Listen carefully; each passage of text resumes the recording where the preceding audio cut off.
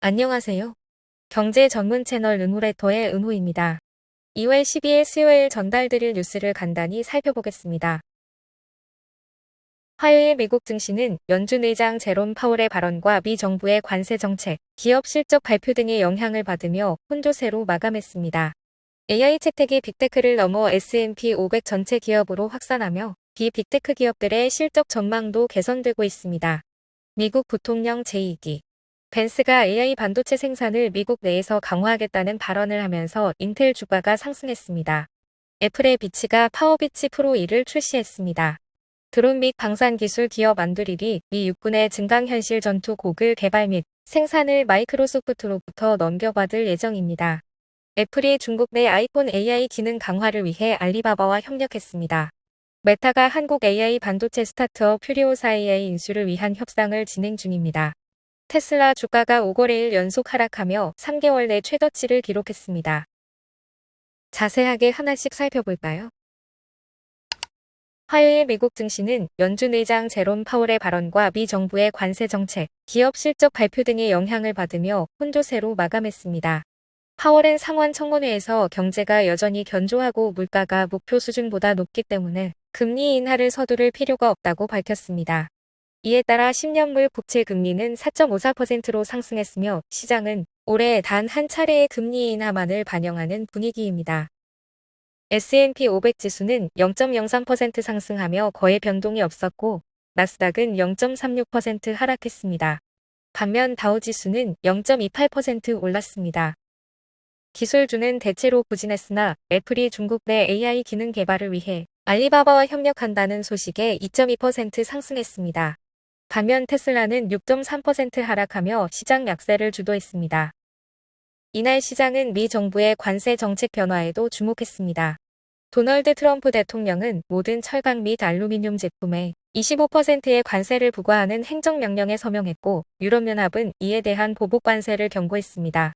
시장은 이로 인해 글로벌 무역 긴장이 다시 고조될 가능성을 우려하는 분위기입니다. 시장은 이제 2월 14일 발표될 소비자 물가 지수에 주목하고 있습니다. 예상보다 높은 물가 지표가 나오면 연준의 긴축 기조가 더 길어질 수 있어 투자자들은 신중한 자세를 유지하고 있습니다. AI 채택이 빅테크를 넘어 S&P 500 전체 기업으로 확산하며 비빅테크 기업들의 실적 전망도 개선되고 있습니다. 모건 스탠리에 따르면 4분기 실적 발표에서 AI 언급이 역대 최고치를 기록했으며 특히 금융, 미디어, 소비자 서비스 업종에서도 AI 활용이 두드러졌습니다. 지난 2년간 S&P 500 상승의 대부분을 매그니피센트 세븐이 이끌었지만 이들의 이익 성장률은 2023년 4분기 57%에서 2024년 4분기 30% 이하로 둔화된 것으로 보입니다. 반면 나머지 S&P 500 기업들의 실적은 8.5% 증가해 격차가 좁혀지고 있습니다. 골드만삭스는 이 차이가 2025년 6%포인트, 2026년 4%포인트까지 줄어들 것으로 전망했습니다. 미국 부통령 제2기 벤스가 AI 반도체 생산을 미국 내에서 강화하겠다는 발언을 하면서 인텔 주가가 상승했습니다. 벤스는 파리에서 열린 AI 정상회의에서 미국의 우위를 지키기 위해 AI 시스템은 미국 내에서 미국산 반도체로 제작될 것이라고 강조했습니다. 이 발언 이후 인텔 주가는 7% 넘게 상승하며 S&P 500 내 최고 상승 종목이 됐습니다. 글로벌 파운드리 역시 7% 이상 급등했습니다. 현재 인텔은 AI 반도체 시장에서 경쟁력이 크진 않지만 아마존의 트레이늄 칩 생산 계약을 맺고 파운드리 사업 확대를 추진 중입니다. 트럼프 행정부가 반도체 산업 규제를 완화할 가능성이 커지면서 인텔을 포함한 미국 내 반도체 제조업체들이 수혜를 입을 것이란 전망이 나오고 있습니다. 다만 대만 TSMC가 미국 애리조나 공장에서 산화로 공정을 시작한 가운데 향후 정책 변화가 미국 내 반도체 제조업체들에 미칠 영향에 대한 관심이 높아지고 있습니다. 애플의 비치가 파워비치 프로 2를 출시했습니다. 이번 모델은 심박수 모니터링 기능을 탑재한 최초의 애플 이어버드로 운동 중 건강 관리에 초점을 맞췄습니다. 기존 에어팟 프로의 주요 기능인 액티브 노이즈 캔슬링과 투명 모드를 지원하며 H2 칩을 탑재해 음질과 공간 오디오 성능을 향상시켰습니다. 무선 충전이 가능한 소형 케이스를 제공하며 배터리 수명도 개선돼 이어버드 단독으로 10시간, 충전 케이스 포함 최대 45시간 사용이 가능합니다. 파워비치 프로2는 애플 건강 앱과 피트니스 앱과 연동되며 안드로이드 기기에서도 사용할 수 있습니다. 가격은 기존 모델과 같은 $250로 책정됐으며 블랙, 오렌지, 퍼플, 퀵샌드 색상으로 출시됩니다. 드론 및 방산 기술 기업 안드릴이 미 육군의 증강현실 전투 고글 개발 및 생산을 마이크로소프트로부터 넘겨받을 예정입니다. 이번 계약이 최종 승인되면 안드릴은 인티그레이티드 비주얼 오그멘테이션, 시스템 프로그램의 생산, 하드웨어 소프트웨어 개발, 납품 일정을 총괄하게 됩니다. IVAS는 마이크로소프트의 홀로렌즈 기술을 기반으로 한 군용 AR 헤드셋으로 야간 투시 기능과 전장 인식 능력을 강화하는 것이 목표입니다. 미 육군은 최대 12만 1000대를 주문할 예정이며 사업 규모는 10년간 최대 $220억 달러로 추산됩니다. 하지만 초기 모델은 착용자에게 두통과 메스꺼움을 유발하며 혹평을 받았고 현재 개선된 경량 모델이 전투 테스트를 앞두고 있습니다. 마이크로소프트는 앞으로 애저 클라우드 및 AI 지원을 담당하며 AI 기반 전장 데이터 분석 및 실시간 정보 제공에 집중할 계획입니다. 애플이 중국 내 아이폰 AI 기능 강화를 위해 알리바바와 협력했습니다.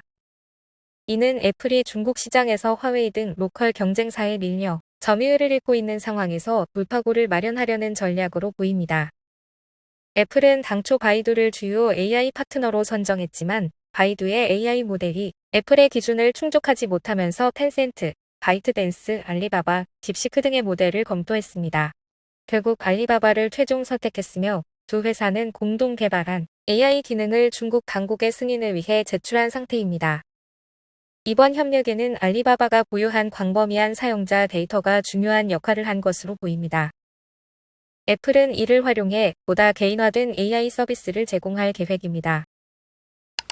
메타가 한국 AI 반도체 스타트업 퓨리오사 AI 인수를 위한 협상을 진행 중이며 이르면 이번 달 거래가 성사될 가능성이 있습니다.